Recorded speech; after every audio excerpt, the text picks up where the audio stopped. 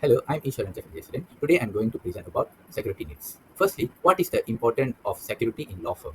Law firms deal with highly sensitive information. This includes client records, legal contracts, and confidential court documents. And security breach could result in legal consequences, damaged reputation, and loss of client trust. So, establishing a comprehensive security plan is essential to protect confidentiality, integrity, and availability, the three pillars of information security. Secondly, the firm security requirement can be broken down into five main areas: physical security for on-site protection, network security to secure data in transit, endpoint security for computers and user devices, data security to protect stored and transmitted data, compliance with legal and regulatory standards. Each of these plays a critical role in protecting the law firm's operations. Firstly, we go for physical security. Physical security starts with access control devices like card readers, pin pads, and biometric scanners, especially at doors and server rooms. CCTV surveillance should be installed at entrance, corridors, and critical areas. Having security personnel on site enhances safety, and a visitor management system ensures that every guest signing gets a badge and is monitored during their visit. This helps prevent unauthorized physical access to sensitive areas. Secondly, network security. To secure the firm's network, we recommend firewall like Cisco, ASA, or Fortinet to block unauthorized traffic. Intrusion detection and prevention systems such as NOD or Cisco Firepower to detect and stop attacks. VPNs like Cisco AnyConnect with multi-factor authentication to secure remote connections. And network segmentation using VLANs, separating guest users, backups, and staff traffic prevents lateral movement if a breach occurs. The third one is endpoint security. Endpoint security focuses on protecting individual user devices. We use patch management tools like Microsoft SCCM to keep all systems updated and secure. Install antivirus and anti-malware like Symantec Endpoint Protection.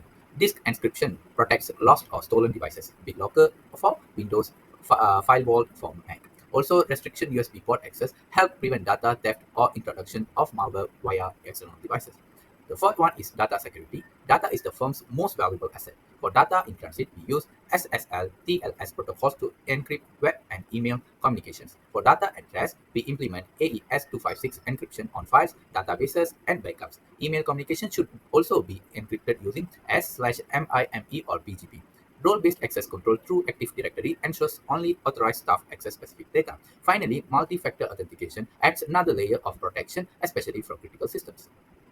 Compliance and regulatory needs. The law firm must comply with Indonesian cyber laws, including the Personal Data Protection Act (PDPA). If dealing with international or European clients, GDPR compliance is necessary.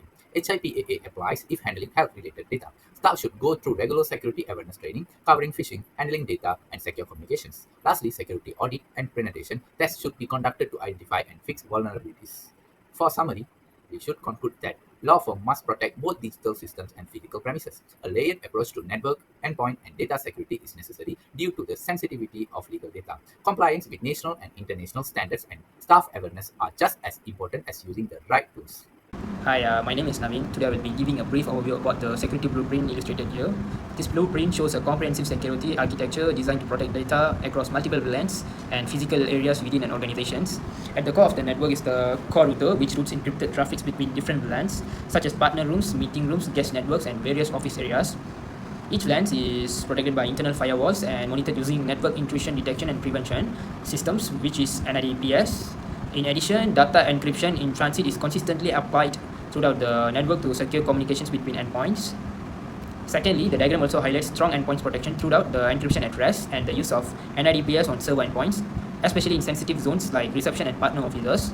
On the perimeter, multi-factor authentication, which is MFA, and an access control server helps ensure secure access to the internal network. There is also a perimeter firewall in place to act as the first line of defense against external threats. Thirdly, the system includes secure monitoring and logging capabilities along with the network access control NAC server to ensure only authorized and compliant devices can access the network. Okay. In summary, this blueprint demonstrates a layered security approach with a strong focus on encryption, segmentation, and access control to safeguard critical organizational data. Okay, that's all. Thank you. Hi, in this part I will be presenting a brief overview about the key network security measures illustrated in this security blueprint. Okay, this diagram highlights the four major components, which is advanced firewall, access control and VPN for remote access, and network segmentation. Okay, firstly, for advanced firewall, it uses next generation firewall appliances to monitor both incoming and outgoing traffic. These firewalls offer deep packet inspection, intrusion prevention, and application layer filtering to block the threats effectively. Okay. Secondly, it's about the access control, okay, which involves role-based access control and network access control.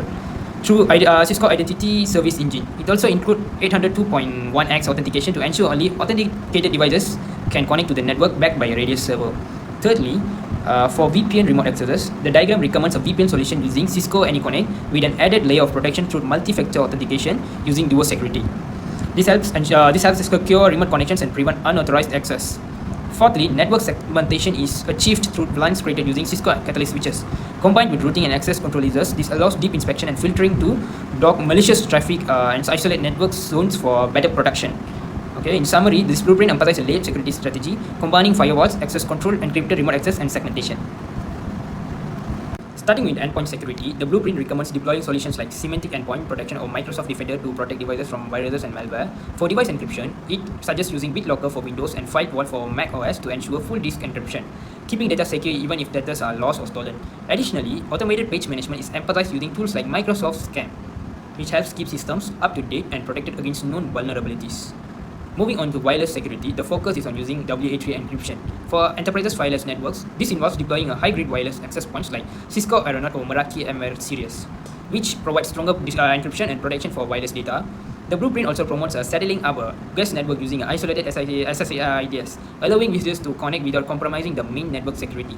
In summary, the security strategy ensures strong protection for both endpoints and wireless network by combining antivirus, encryption, patching, and secure wireless configuration.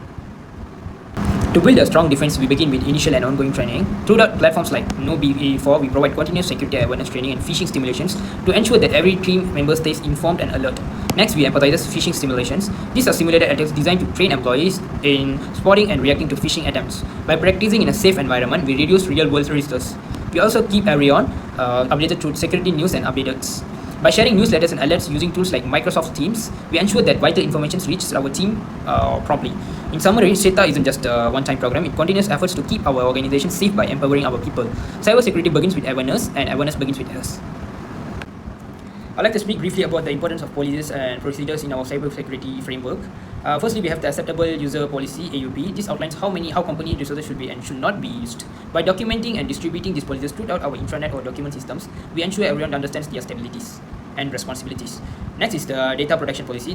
Policy is aligned with legal standards like GDPR and PDPA, ensuring that we are not only protecting data but also staying compliant with global and local regulations. And finally, a crucial element, the incident response plan. Using best practices from the SENS Institute Incident Handlers Handbook, we develop a structured plan to respond quickly and effectively to a cybersecurity incident that may occur. In essence, these policies and procedures form the foundation of our security culture. They guide our actions, set clear expectations, and ensure we are prepared for whatever challenges may arise. Thank you. First is IT staff.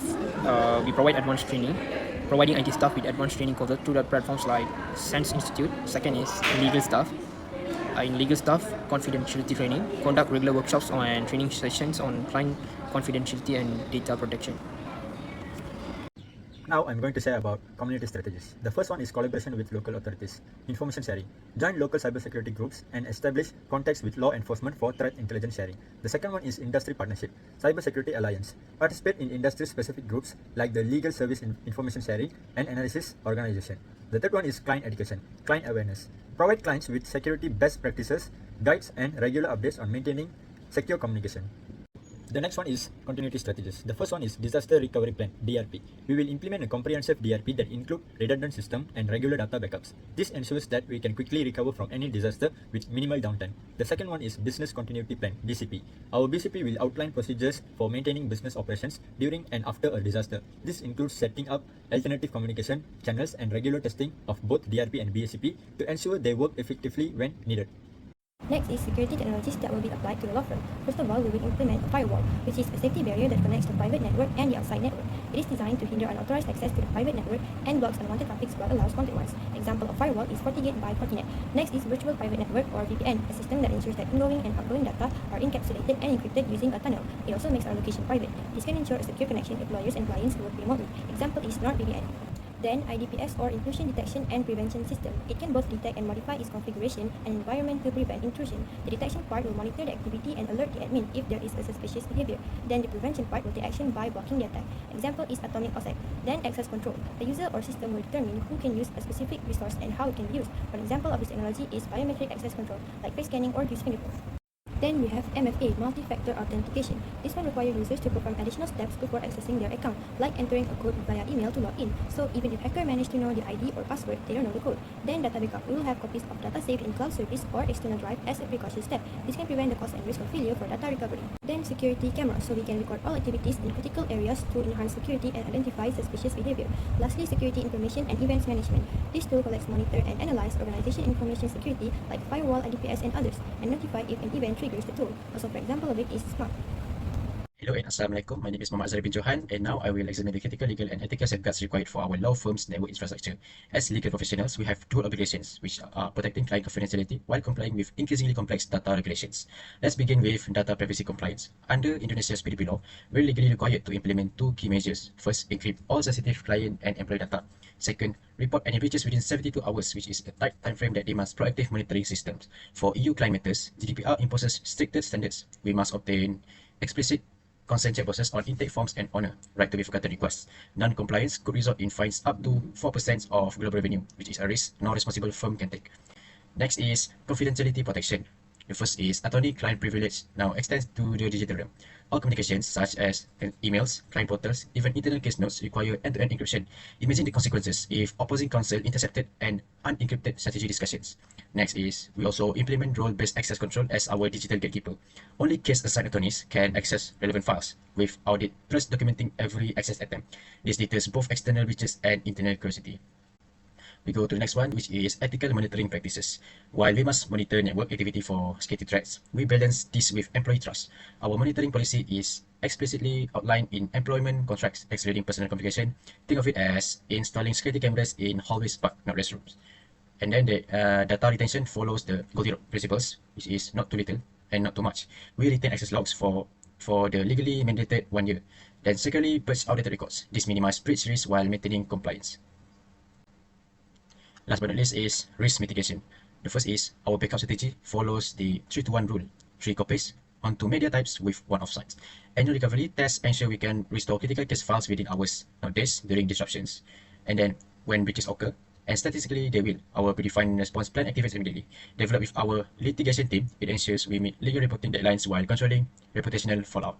In conclusion, our solution focuses on security, compliance, and scalability for the legal firm. First, we have implemented strong security measures, firewalls, VPNs, antivirus, and encryption to protect both the network and sensitive client data. Role-based access control ensures only authorized access. Second is the design follows Indonesian cyber laws, UUITE, and international standards like GDPR with full transparency and user consent in the data handling. The third one is we ensure stable wired and wireless connectivity across the office with easy integration into existing systems. The fourth one is this is the holistic approach designed not just for security but also for maintaining business continuity and operational excellence. The final one is it's future ready, supporting secure remote access and scalable for future growth and regional expansion. Thank you.